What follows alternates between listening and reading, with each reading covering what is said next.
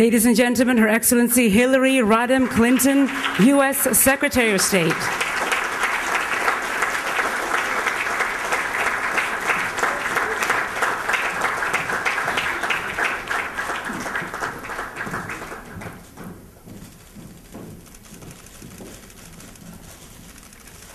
And now Sinta Wijaya, Vice Chairman of APINDO, will make some introductions. The Honorable Hillary Rodham Clinton, Secretary of State of the United States of America. The distinguished guests, ladies and gentlemen. It is a great honor for us to welcome you, Madam Secretary, to the ASEAN Business and Investment Summit this year, representing the United States as a full partner in the East Asia Summit process and as a long-standing dialogue partner of ASEAN. It is also a pleasure to welcome you back again to Bali. Since taking office, Secretary Clinton has been a regular visitor to our region, revitalizing U.S. engagement with ASEAN and stressing the central role of business in forging a more comprehensive partnership. In her leadership of the State Department, Secretary Clinton has shown a deep commitment to our business development and to our goal of shaping the ASEAN economic community as one that is more sustainable and inclusive for the years ahead. Secretary Clinton is a champion of entrepreneurship as a pillar of our growth. And she's also a great advocate of bringing women into that mainstream of business, so that women can make their full contribution as well to our economic development. Madam Secretary, we in business share the goal of setting our already strong trade and investment relationship on a new path in preparation for 21st century opportunities and challenges, and we also thank you for all your support and contributions. Ladies and gentlemen, please join me in giving a warm welcome to the Secretary of State of the United States of America, the Honorable Hillary Rodham Clinton.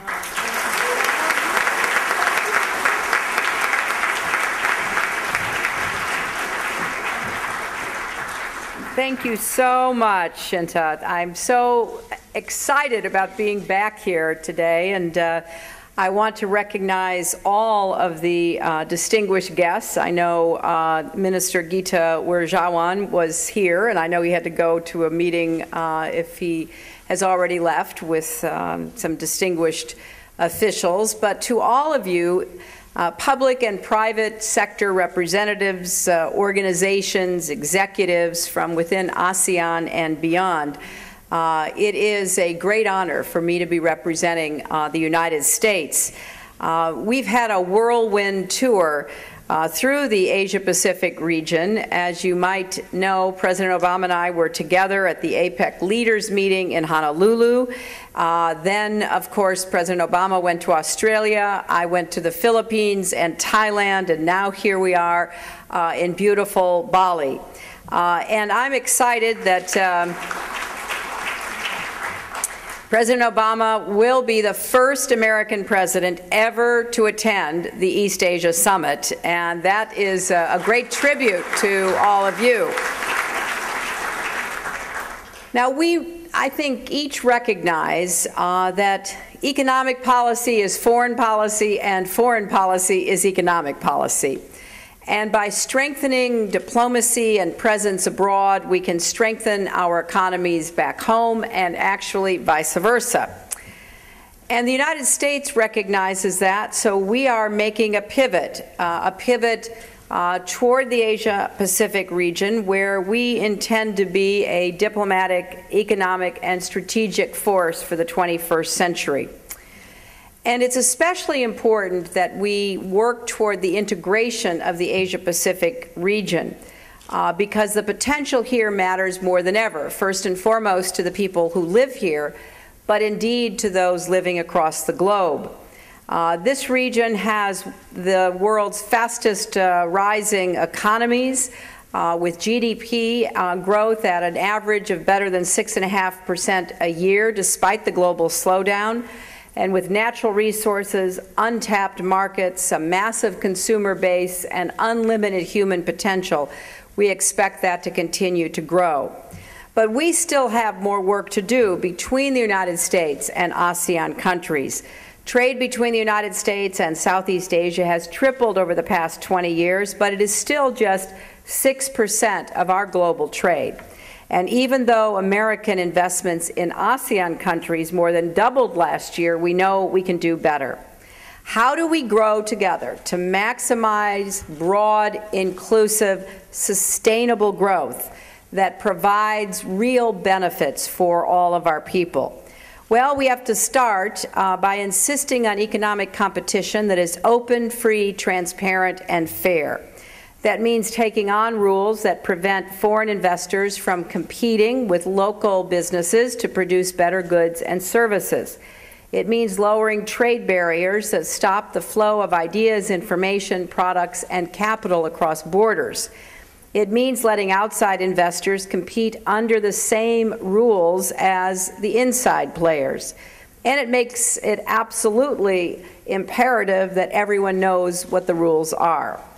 When any of these principles are ignored, when people no longer believe they can trade, invest, create jobs, or improve their lives on an even playing field, then the absence of fairness undermines economic growth. Now, let me describe briefly 4 ways that we want to work with you. First, by lowering trade barriers. Second, by strengthening the investment climate. Third, by pursuing commercial diplomacy. And fourth, by supporting entrepreneurs. We're excited about the innovative trade agreement called the Trans-Pacific Partnership, or TPP. That would bring economies from across the Pacific, developed and developing alike, into a single trading community, not only to create more growth, but better growth, not just to lower tariffs, but raise standards on the environment, protections for workers, intellectual property, and innovation. We want to create a cutting-edge trading community that promotes the free flow of information technology and the spread of green technology, that helps us harmonize our regulations and build more efficient supply chains together. We are also working to ensure that the TPP is the first trade pact designed specifically to reduce barriers for small and medium-sized enterprises, and that all companies are treated fairly, regardless of their size or whether their owners sit in boardrooms or government ministries. But lowering barriers is not enough, and that's why we share ASEAN's vision for strengthening the roads, rails, ports, power stations, and other infrastructure required for the efficient flow of goods and services. When it, and this was, I have to say, very surprising to me. It's just one of many examples that I was given, but this one I chose because we're in Indonesia. When it is cheaper and easier for an Indonesian shipping company to send its cargo almost 1,000 miles away to Singapore than to one of its own islands, which has inadequate ports and facilities, that is a breakdown of connectivity. So we are very pleased that the government of Indonesia has unveiled its plan to improve transportation links among its 17,000 islands and to other points around the region. And we encourage other ASEAN nations through the U.S.-ASEAN Connectivity Cooperation Initiative. We are supporting project designs to build infrastructure that can support economies and create jobs. The second element is investment. Improvements in Indonesia's investment climate have encouraged American companies like Caterpillar to build new plants here. We think that is a benefit for both sides. Indonesian entrepreneurs who participated in the Regional Entrepreneurship Summit that I addressed last July recently went to Silicon Valley to talk with their counterparts about venture capital. And companies in ASEAN continue to look for new opportunities in the U.S. as they become more global in their operations. Third is commercial diplomacy. We have to advocate for businesses and make sure that they do compete on a level playing field. It is somewhat strange that when a young hawker of goods on the streets in Manila can sell a bootleg copy of a major Hollywood movie on the very day of its release, then we have to stand up for intellectual property. And when governments impose unfair terms on our companies just to enter or expand into a new market, we need to push back. For example, a remanufacturing plant that American Caterpillar recently opened in Singapore would not have gone forward without a year of negotiations and support from our embassy officers there. And we were very pleased that the kind of advocacy to make sure that people are getting a fair shake recently led to some positive outcomes for American companies. For example, Boeing finalized the sale of aircraft worth more than $3 billion to Thai Airways. And just this week, we had these developments. Boeing and Lion Air here in Indonesia have agreed on a $21.7 billion deal for a supply of 240 new model 737 aircraft. GE Aviation is signing a $1.3 billion contract with Garuda Airlines for the supply and maintenance of new aircraft engines. And GE and Indonesian rail company PT Kereta Api has just announced an agreement to supply 100 trains to Java.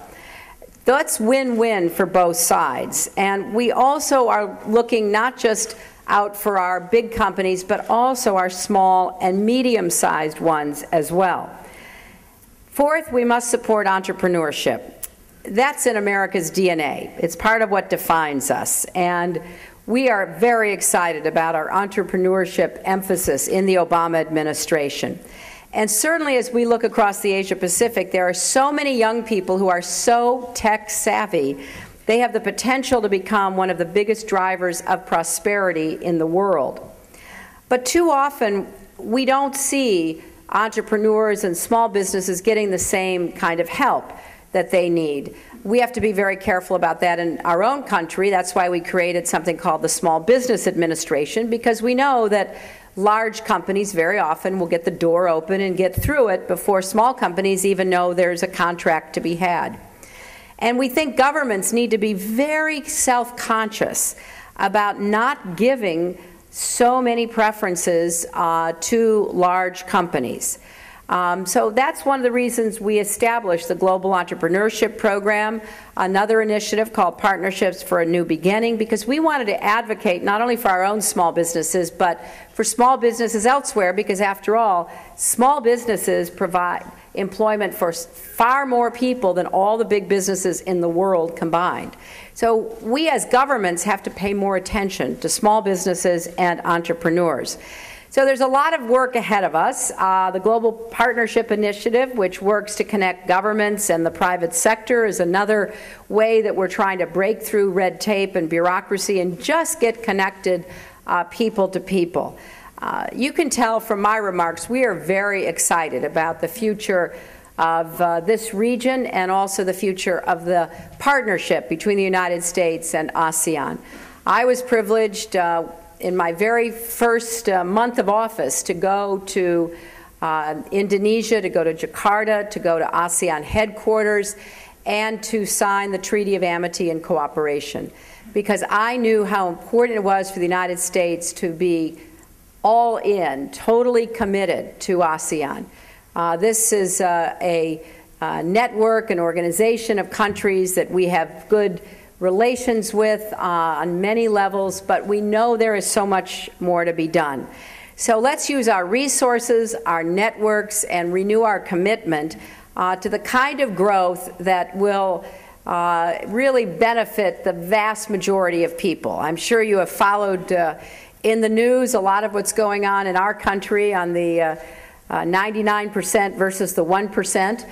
Well, I think that is a feeling much more broadly felt than just in the United States. I think people, especially young people, they are impatient, they are demanding, and they are totally connected up. They know what is happening. I couldn't say that about my generation or generations before because we didn't have the internet. We didn't know, living in Jakarta, what was going on in New York, or living in LA, what was going on in Bangkok or Manila or anywhere else.